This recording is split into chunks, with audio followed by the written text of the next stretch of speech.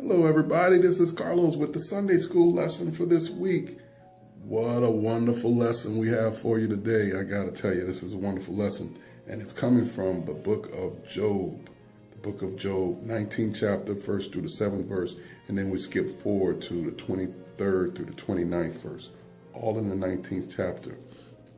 Title is, My Redeemer Lives. My Redeemer Lives.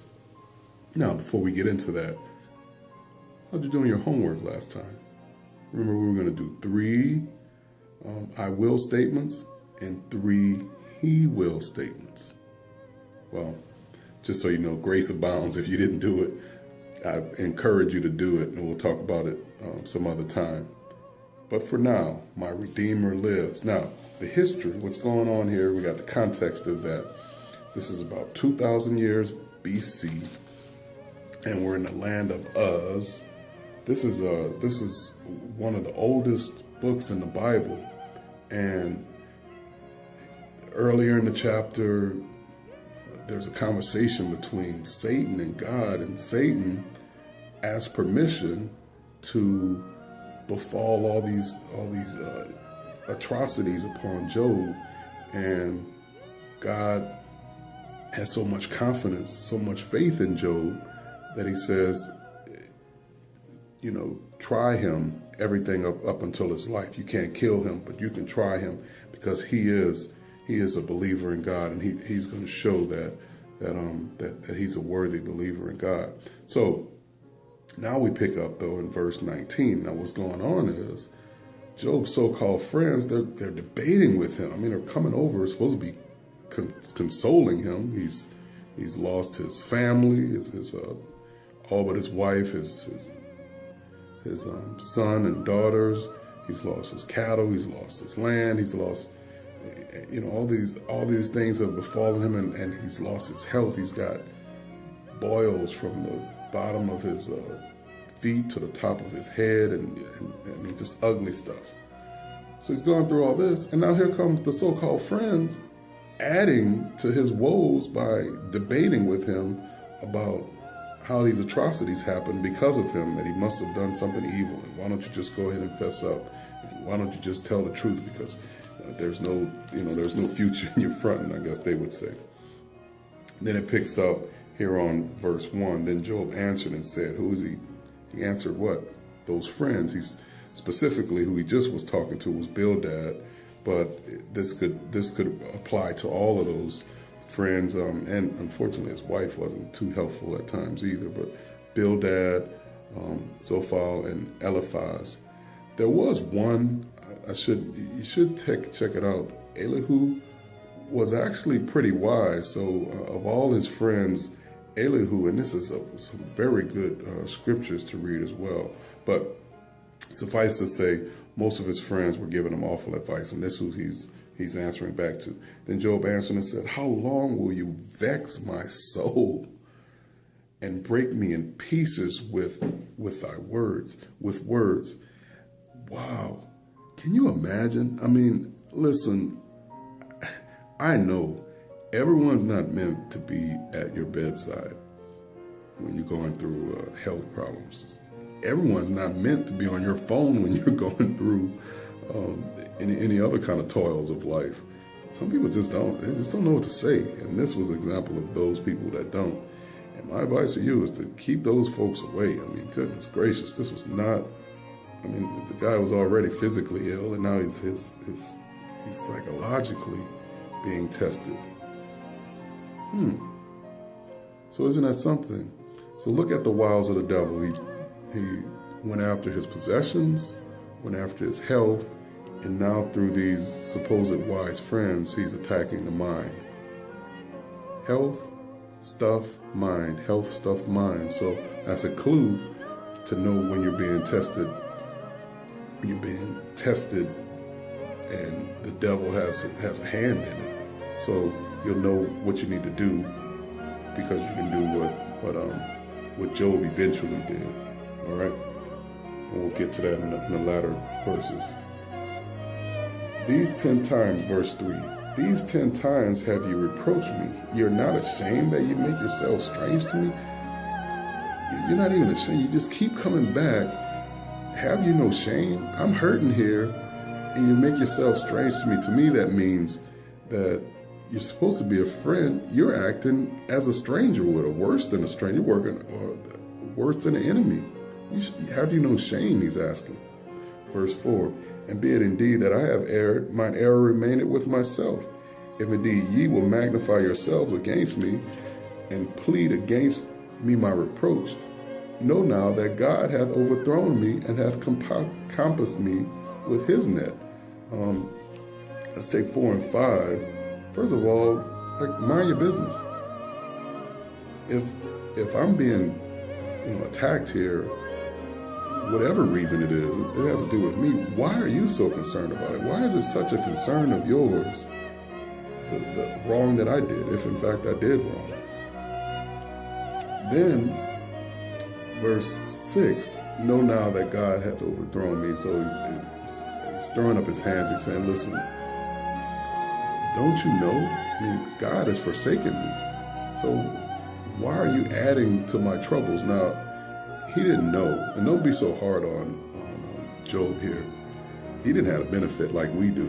We've got benefit of the written word, the preached word. This is 2000 BC. So he didn't even have the Torah, as it were. So he was just going by what he thought was true. He thought God had left him because he continued to ask for help, and he felt like he wasn't getting it.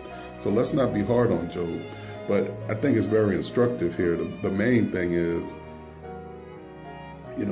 from verse 1 through 7. Well, let me get 7 in here too.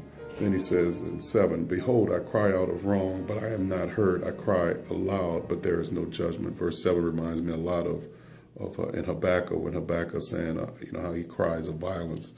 And, when, Lord, when are you going to answer me? So this is kind of the same. Look, God doesn't operate on our time. He doesn't operate on our time. He doesn't operate on our judicial system of right and wrong. God is righteousness. God is eternal. So he doesn't operate on our time and on our whatever we have thoughts of right and wrong. To me, these first verses would go under, I would give it a heading of the unfriendly friends, the unfriendly friends.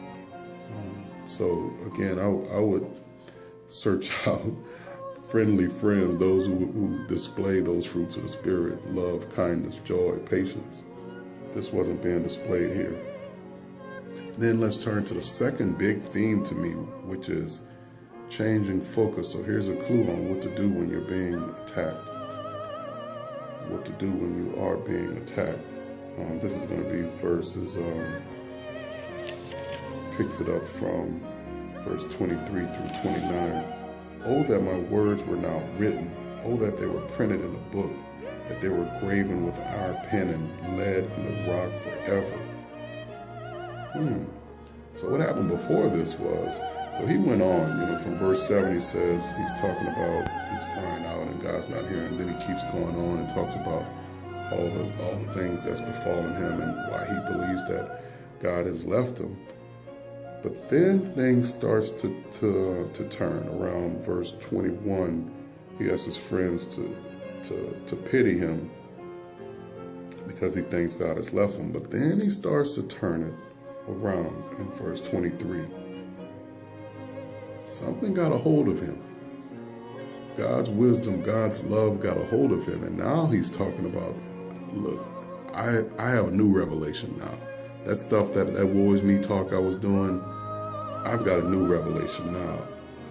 Such a revelation, I wish it was written down. I wish I had not just paper and pencil he's talking about here. He wants to be written down in a rock so that people can read it forever. Can read what forever? Verse 25, for I know that my Redeemer liveth, and that he shall stand at the latter day upon the earth. And though after my skin worms destroy this body, yet in my flesh shall I see God. What faith! What faith! Change his focus. Now his focus is on God. Now his focus is on God.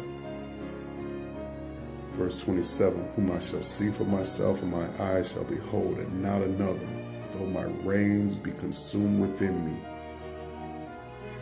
But ye say, oh, let me stop there. He's looking forward to the day when he's going to see God. Look at how when you focus on God, now he's not talking about, oh, woe is me. Now he's not worrying about his current condition. Now he's talking about something triumphant, about the triumphant end. And that's how you destroy these attacks of the devil. That's how you get beyond them. You focus on God, get in God's word, surround yourself with wise friends, with good friends, and walk on through that storm. And you can do it. Job did it, and you can do it too. Then comes 28 and 29 verse. I would say this would be friendly sufferer's warning. So now he's got to come back for these unfriendly friends. Now it's the friendly sufferer's warning. In 28 and 29 would be my heading, my subheading for that, my humble subheading. Verse 28, but ye should say, why persecute he him, seeing the root of the matter is found in me? Be ye afraid of the sword, for wrath bringeth the punishments of the sword, that ye may know there is a judgment. Listen, be careful. Be careful who you attack with your mouth. The sword here, mouth. This mouth is a sword. It's an attack. Remember in the earlier verses, he says, why do you break up my body? Look, never has more false words been spoken that sticks and stones may break your bones, but words will never hurt me. No, words do hurt. And you better be careful. Be as encouraging as possible to people. Don't try to see someone in ill or in being reported on that they've done something wrong, and then all of a sudden you're attacking them. Be still. Just pray and know that God is God. So on that wise, a couple assignments. One, let's be encouraging. Find someone that, and over the next week, look to be friendly. Find someone that needs encouragement and encourage them.